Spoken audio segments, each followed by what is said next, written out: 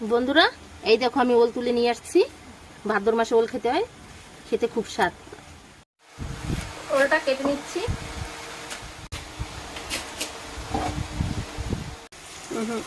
ওল দিয়ে দিচ্ছি, মরিচের গুঁড়ি, জিরার গুঁড়ি, লবণ দিয়ে দিচ্ছি। হয়ে গেছে, জল দিয়ে দিলাম।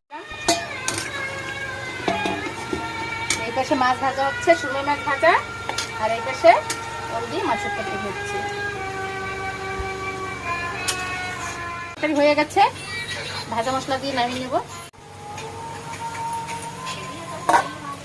এই যে বন্ধুরা, আমার ওল দিয়ে মাছের তরকারি রান্না হয়ে গেছে।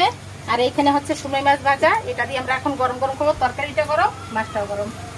আর এইরকম ভাদ্র মাসে আপনারা ওল খাবেন, খেয়ে দেখবেন, খুব স্বাদ লাগে। আমি ভাদ্র মাসে